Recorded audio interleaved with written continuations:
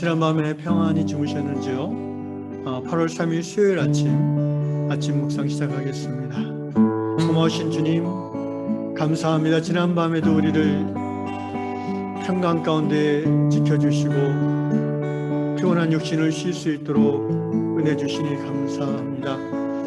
주여, 하루하루 살아가는 것이 하나님의 은혜며 하나님의 긍휼인 것을 다시 한번 고백하오니 오늘도 주의 긍휼을 따라 살게 하여 주시옵소서. 주의 은혜에 겨워 살게 하여 주시옵소서. 세상을 향한 욕망과 자기 자신의 욕구를 성령의 도우심으로 억제하고 하나님의 욕구를 나의 욕구 삼아 하나님의 뜻을 나의 뜻 삼아 이루어드리는 오늘 하루가 되게 도와주시옵소서. 성령님 역사하여 주시옵소서. 예수님의 이름으로 기도합니다. 아멘. 감사해 주님의 사랑, 감사해 주님의 은혜. 한 번 더 고백합시다. 감사해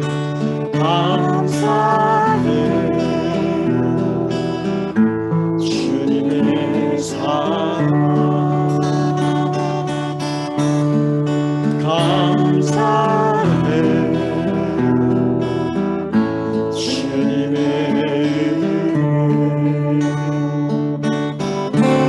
목소리 높여 주님을 영원히 찬양해. 나의 전부이신 나의 주님. 목소리 높여 주님을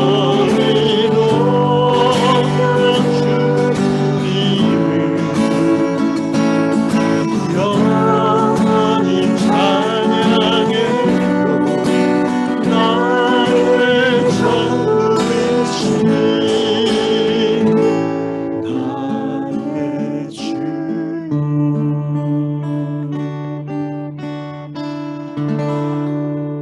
네, 이 아침에 주께서 주시는 말씀 민수기 14장 26절로 30절 말씀 읽도록 하겠습니다. 구약 민수기 14장 26절로 30절입니다.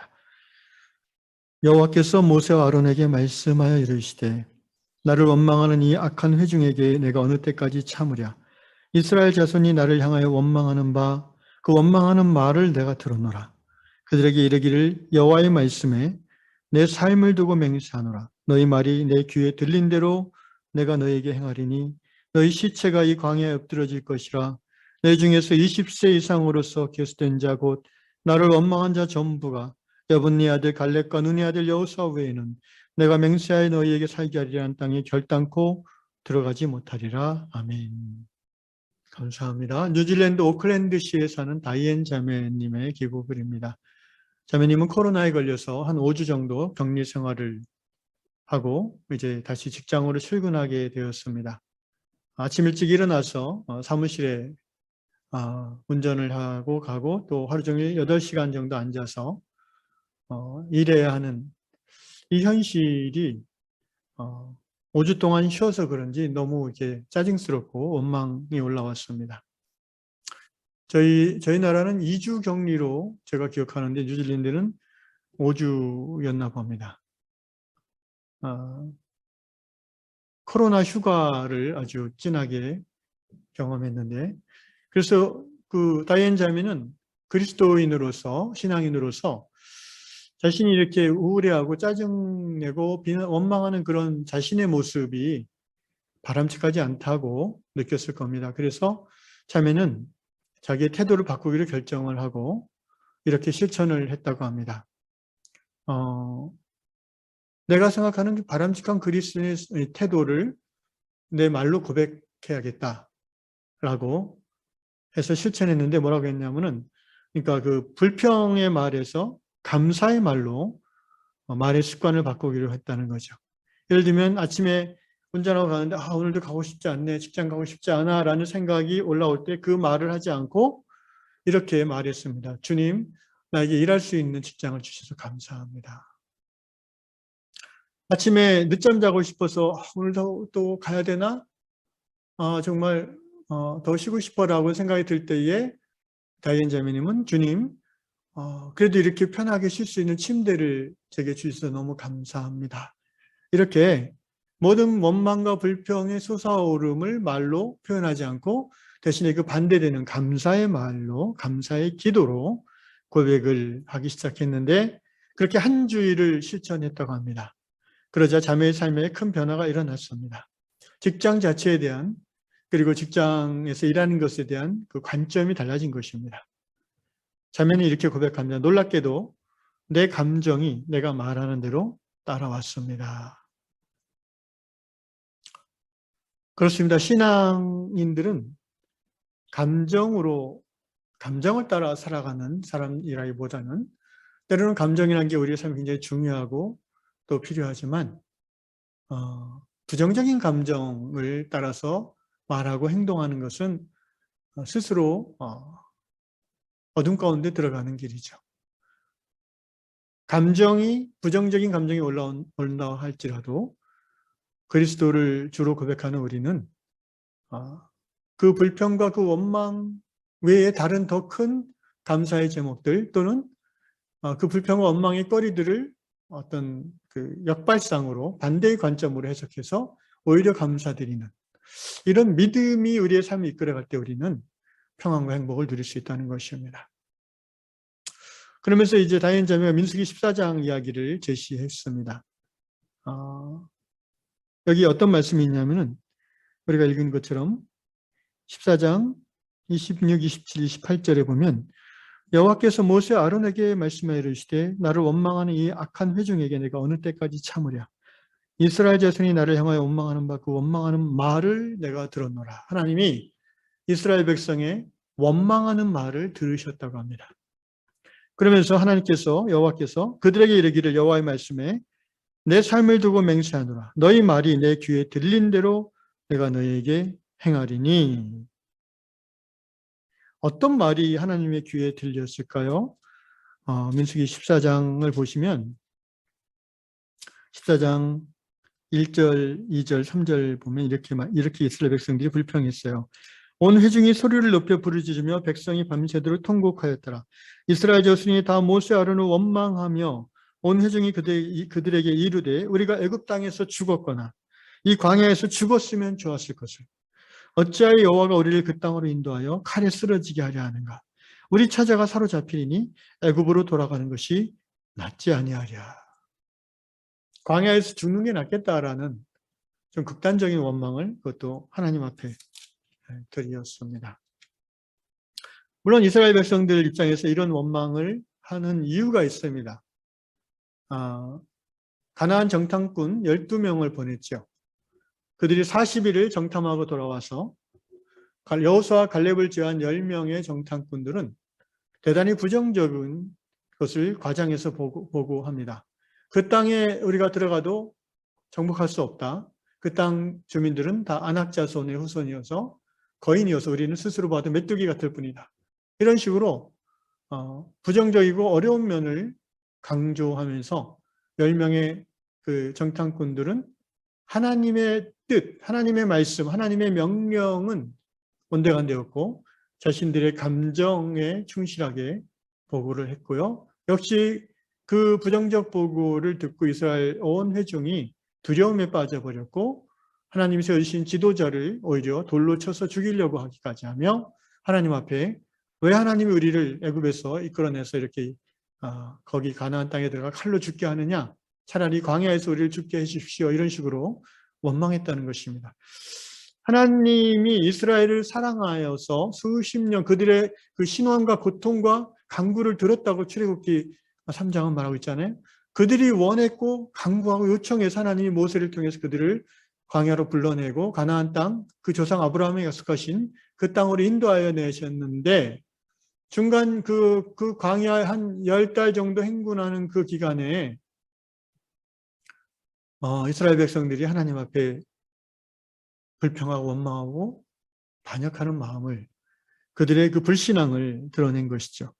그래서 하나님이 굉장히 무서운 말씀하시는데 너희 말이 내 귀에 들린 대로 내가 너에게 행할 것이다. 29절 너희 시체가 이 광야에 엎드러질 것이라. 왜냐하면 그들이 차라리 광야에서 죽게 하소서 이렇게 얘기했거든요. 너희 중에서 20세 이상으로서 계수된 자, 그 당시 성인의 기준이죠. 이스라엘 안에서. 곧 나를 원망한 자 전부가 모두 죽이는 건 아니고요. 20세 이상이라면 스스로의 말에 책임을 질 수 있다고 생각하고 그 책임을 묻겠다는 것이고요. 또 원망하지 않은 사람들도 많이 있습니다. 그들은 죽이지 않겠다는 것입니다. 그러면서 결단코 여분네 아들 갈렙과 눈의 아들 여호수아 외에는 가나안 땅에 못 들어가겠다라고 말씀하셨어요.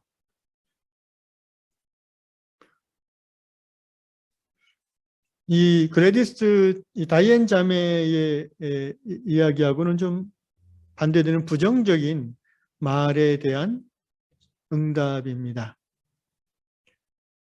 그러나 부정적이든 긍정적이든 중요한 것은요, 우리가 하는 말이 우리 자신에게 들릴 뿐 아니라 우리 이웃에게 영향력을 미쳐요. 말은 파워가 있습니다.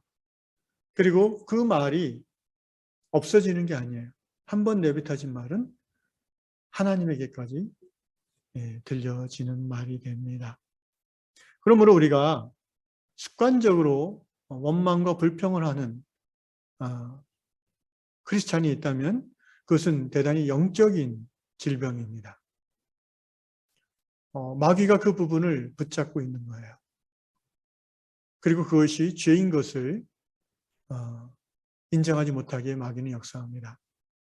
뭐 누구나 그럴 수 있지 이렇게, 사람이 그렇지 이렇게 합리화시킵니다. 그렇지 않습니다. 여러분, 우리 입술에서 하나님 우리에게 입을 주시고 입술을 주셨고 혀를 주셨는데 우리의 혀로 하나님을 찬양하며 예수 그리스도를 찬미할 뿐 아니라 또한 우리의 형제를 비난하고 원망하고 심지어 하나님을 원망할 때도 있다는 것이, 이게 정상적인 것이 아니라는 것을 우리는 깨달아야 됩니다. 그러므로 말에 파수꾼을 세워야 됩니다. 시편 기자는 이렇게 하나님 앞에 간구했지요. 내 입에 파수꾼을 세우사 내 입의 말이 범죄하지 않게 해달라고. 그렇습니다. 사랑하는 형제자매 여러분, 오늘 이 아침에 우리의 말하는 습관과 태도를 돌아보면서 하나님 앞에 우리 자신을 비춰보기를 원합니다. 감사의 말이 습관이 되어야 됩니다. 그리고 감사의 고백은 더 큰 감사의 그 원인이 됩니다. 감사는 하나님 앞에, 하나님의 집에 들어가는 또 문이 되기도 합니다. 그래서 여러분 삶이 아무리 힘들고 어려워도요, 감사의 거리는 분명히 많이 있습니다. 감사드리십시오. 습관적인 원망과 불평 하나님 앞에서 회개하고 끊어내시고 그 대신에 감사의 말로 하나님께 영광을 돌리는, 그래서 하나님을 기쁘게 할 뿐 아니라 그 감사의 말을 통해서 듣는 모든 사람들에게 유익을 끼치고 공동체를 기쁘게 하는 그런 저 여러분 될 수 있기를 예수님의 이름으로 축복합니다. 기도하겠습니다. 나의 입술의 모든 말과 나의 마음의 묵상이 주여 오늘도 주께 연락되어질 만한 말과 생각이 되기를 원합니다. 성령님, 오늘 이 말씀을 듣는 모든 주의 자녀들에게 역사하여 주셔서 잘못 배운 그 말의 습관들, 부정적인 말, 비판하는 말, 원망하는 말, 아니 그 말 이전에 그러한 생각의 그 진지가 쌓여져 있는 것들을 고백하고 깨닫게 하시고 하나님 앞에 회개함으로 그 부정적인 비판적인 생각의 진지를 허물어버리고 그런 말의 습관을 끊어버리고 하나님 앞에 감사와 찬양의 말, 그리고 이웃에게 인정과 격려와 칭찬의 말이 습관이 되는 그런 생각이 우리 안에 견고하게 쌓여지는 은혜를 더하여 주시옵소서. 이 아침에 기도할 때 그 은혜가 임할 줄로 믿습니다. 예수님의 이름으로 기도합니다. 아멘.